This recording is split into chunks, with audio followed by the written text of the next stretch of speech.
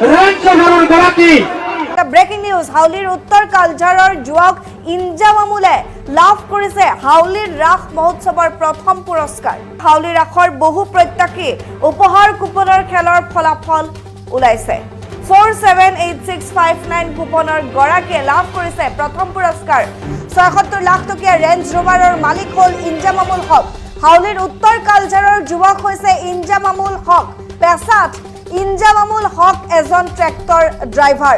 দুটাকৈ টিকট ক্ৰয় কৰিছিল ইনজামামুল হকে। ১০০ টকীয়া টিকট আৰু এই দুটাকৈ টিকট ক্ৰয় কৰি ইনজামামুল হক হৈছে এতিয়া ৰেঞ্জ ৰোভাৰৰ মালিক। আনন্দত আত্মহাৰা হৈ পৰিছে ইনজামামুল হকৰ সমান্তৰালকৈ উত্তৰ কালঝাৰবাসী।